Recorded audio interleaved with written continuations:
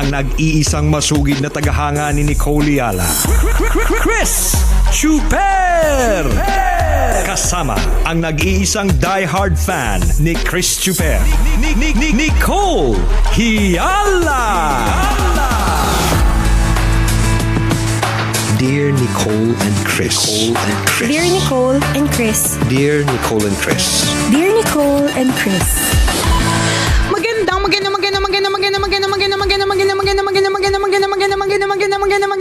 Magandang morning, Luzon, Visayas at Mindanao, Metro and Mega Manila. It's a happy Friday! Yay! What are you so happy about? Wala lang. Siguro may magbabayad na ng utang sa'yo, no? Oo.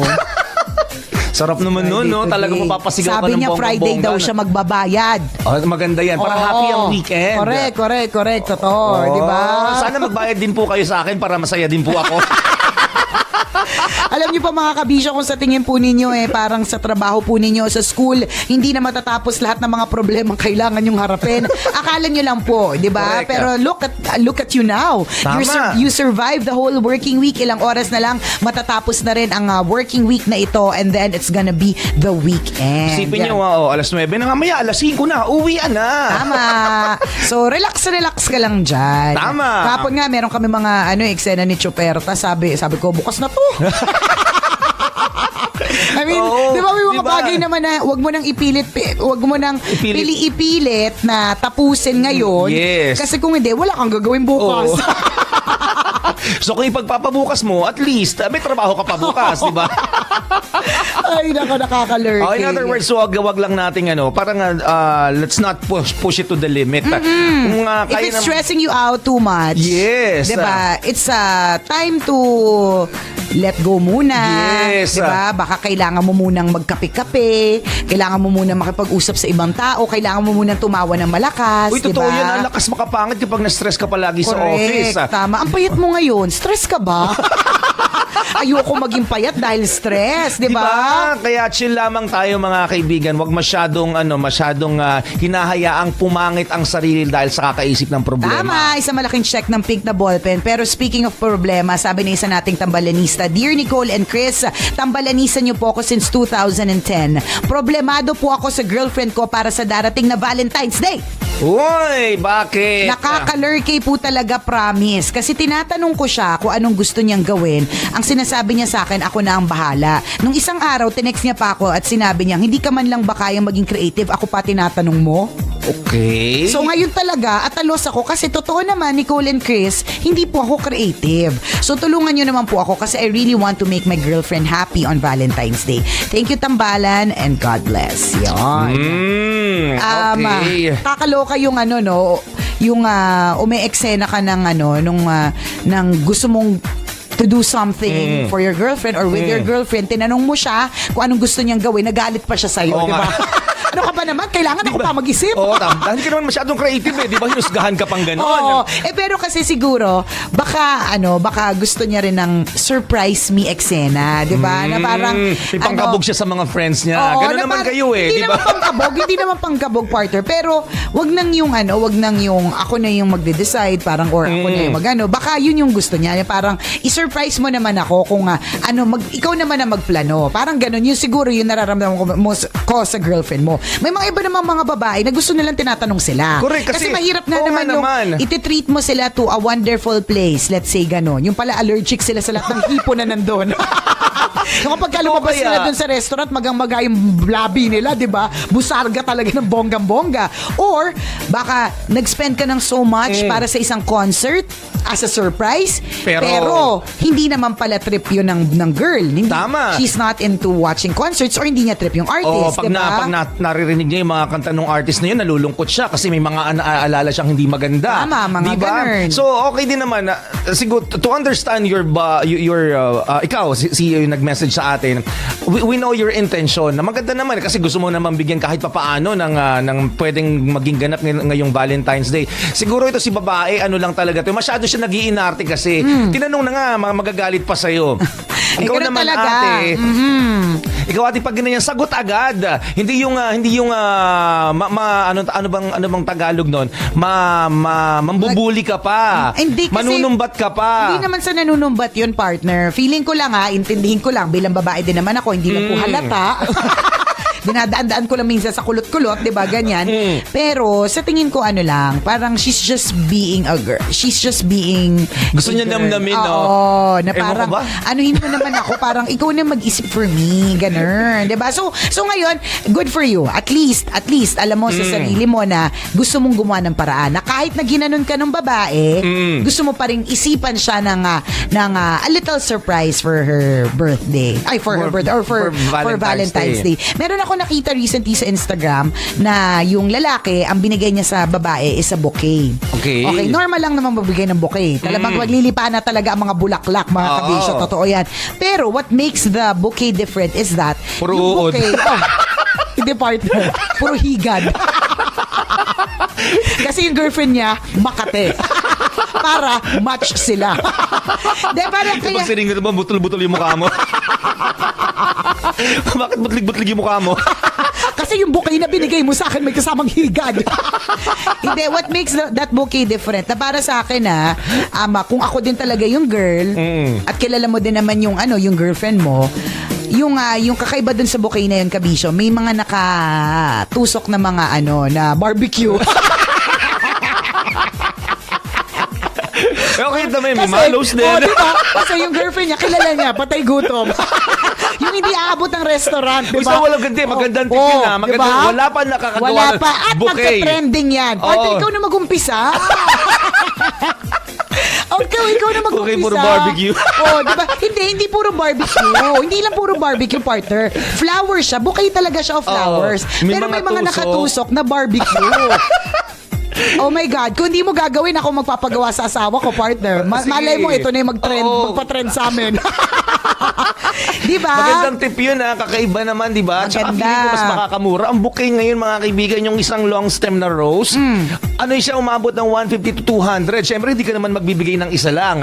Kailangan nga bouquet So, gagastos ka ng 1,000. Pag barbecue, bili ka lang ng 2 kilong karne. Diba? Magkano yan? 600 pesos. Ihaw-ihaw mo lang, tusok mo na. Bouquet na. Hindi lang hindi barbecue bouquet. Bouquet of flowers with a touch of barbecue. Iba yung kasi partner, kung barbecue bouquet talaga, yun pwede din. Pero maganda yung may mga bulaklak din siyang kasama. Tapos may diba? barbecue. Tapos may mga barbecue na katusok. Kasi lalong-lalo na kung yung girlfriend mo, kabisyo, siya yung tipong hindi umaabot ng restaurant. Yung bago makarating ng restaurant, nakakain na muna ng Skyflakes, nakapag-candy, 3 bubble gum na naubos. Sa bagay, magandang idea din yun. Bibili na lang kayo ng rice. Diba? Tambay kayo dyan sa Manila Bay. Bili na lang kayo ng rice. May ulam na may barbecue na Nabusog na, di ba? Hi pala pwede. kay Glenn Castro nakatutok sa atin sa Facebook Live. Pwede. So yun ang pwede mong gawin, di ba? Pero kasi ito partner, yung nakita ko nga, bouquet siya of flowers, ang nakatusok, hindi barbecue. Pero naisip ko lang kanina, barbecue pwede. Pwede barbecue talaga. Ang nakatusok, mga lipstick.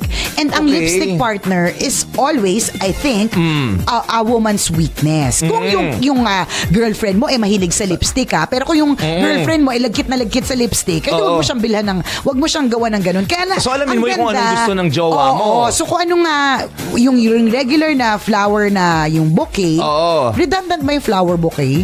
Hindi, no? Hindi. Kasi may mga siguro. fruit bouquet So flower bouquet. Chocolate bouquet. Chocolate bouquet. Meron din. So flower bouquet. So hindi siya redundant. Anyways, so pwedeng yung flower bouquet mo na regular, pwede mong tusukan ng kung ano man or ilagyan ng kung ano man na favorite niya. Diba? So pwede yung barbecue. Maganda, nakakatawa yun at baka mag-trending pa yan. Pwedeng yung lipstick. I tell you, kung yung girlfriend mo, dapat kilala mo naman talaga, mahilig sa lipstick, yung nag-iiba-iba ng lip color, ganyan. Ibig sabihin niya, mahilig yan sa lipstick. Naku, lagyan mo naman kahit 4 or 3. Naku, promise. Matutuwa na She will siya. adore you. Yung mga ganun, simple lang naman pala Di ba, daming, mga ni Nicole, gusto mo Hanash. Hindi, Hindi, totoo yun. Yung girl thing. mga girly stuff. Lipstick, chocolate flowers. Yung Correct. barbecue, pwede mo naman gawin yun. Pwede, Pang ano lang, pang ano lang ano, eh. pang Novelty patawa, lang. di ba? Oo, novelty lang. Pero siguro, alamin mo talaga kung ano yung gusto ng girlfriend mo. Tapos yun Unang-una, yung kasi ano, girlfriend mo naman yan. So, kilala mo. Correct, Alam mo ang ilagay gusto mo. niya. Kung mahilig siya sa Bluetooth speaker, ilagay mo yung booking ng Oo. Bluetooth speaker. Di ba? Ganun. Totoo. Kung hinahanapan ka niya ng creativity, then just maybe kailangan na hanapin mo din yung creativity sa puso mo or sa Tama. sa sistema mo, parang ganun. Kayo ba, happy na kayo na na bibilan kayo ng bulaklak, tapos dadalhin kayo sa restaurant, Oo tapos naman. uwian na. Ganun lang, kasimple. Ay, uuwi na. Uuwi agad. Ba't uuwi agad? Pati pag naramdam sa akin, pag pinaramdam mo sa akin na, kunyari girlfriend kita, tapos pinaramdam mo sa akin, Na ayaw mo pang umuwi. Ibibigay ko rin sa'yo diba? yun. Kaya lang kapag kabalit, Prepare din ako, pero siyempre, nag-ano lang ako. oo, Nagkunwari. nakikiramdam. Nagkunwari na walang expectation after Oy, the pero dinner. tandaan ha, Valentine's Day, Ash Wednesday po. Bahala kayo. Bawal ang meat. Bawal po ang laman. Di ba? Puro ano lamang, seafood lang sa bagay. Oo. Ayoko na magsalita. Sabi ni Wilma Lim Bernardo, may question po ako, one-sided lang po ba ang celebration ng Valentine's Day? Paano po ng mga mister? Siyempre dapat give and take. Ganito kasi yan. Oo. So, babae muna daytime. Oo, mas emotional lang kasi yung babae. So, parang big deal sa kanila. Pero of course, hindi naman pwede mag-celebrate ng Valentine's Day mag-isa, di ba? Tama. So, it's all, ibig sabihin, may kapares ka. And pwede din naman usually kasi Valentine's Day for lovers din naman talaga yun. But of Tama. course, you can always spend Valentine's Day with your friends, with your single friends, and with your family. Okay lang din naman yun kung wala kang kabalintino. Mas ano lang, mas evident lang yung kilig talaga ng Oo, mga sa babae. Kasi sila yung may Ganun. hawak na flowers, 'di ba? Sila yung bihis na bihis, pulang-pula, parang laging galing parlor, 'di ba? Ayos na ayos kayo pag Valentine's. Yung mga lalaki saktuhan lang. Kasi ano na yan napagod yan kakaisip nangutang pa nga yung iba diyan, hindi nyo lamang alam. 'Di ba? Totoo yun So, yun, daytime, ano yan, babae pa ikiligin, nighttime medyo sisingilin na kayo. So, dapat may Kaya give and take yan. Give and of course, it's Oo. always give and take. Diba? And para sa mga Mr. at Mrs., yung mga, kung gusto nyo maging practical, pwede din naman. Ako yung Valentine's Day came in early for me, partner. Oo. Ito yung bigay sa akin ng asawa ko. Ito yung latest ng Ito yung latest ng Ano ba yan? Starbucks. Wait. Okay. Hindi ko maano. Ito yung Olivia edition. So, heart siya. So, alam niya kasi partner Mahilig na sa dalawa. thermos. Dalawa yung laging inuman ko. Isang inuman ng tubig at isang inuman Ala. ng honey ng tanduay. Akala nyo honey to with water and lemon. No. This one. Tumitira po ng gin. So sweet. My daughter gave me a Wow. Valentine. So, what's that, princess? What is this, babe? Come on, explain to me. Explain to mama. Explain to mommy what's that work of art. Minsan tong anak ko nagmamadali yan. Hindi yan, pagdating ko, hindi niya na ako papansin. Nagmamadali siya, kukunin niya sa bag yung kukunin niya. Tapos sasabihin ko, where are you going? I'm gonna get something. I drew something for you. Wow. Ang cute Ano mo yan? naman. Now, what's this? Tell me what's this. Dali. Tell me. It's what? It's what? Uh, What is it? Is it a baby shark? Or what is it? You. That's me. This is me. Okay, I'll show them. So this is me. So how did this become me? Because mommy Your is mom is blue? abstract. Why did this become me? why it's color blue? Why is it color blue? Because it's the only color in my room, in my office. Why is it me? Because I like this. You what? You like what? I like a heart. You like a heart? It's a heart. It's a Bakit hindi mo ba heart. hindi nyo ba nakikita Ayun heart nga naman, yan? heart naman Grabe pala kayo. siya. Heart siya. Oh. Oh.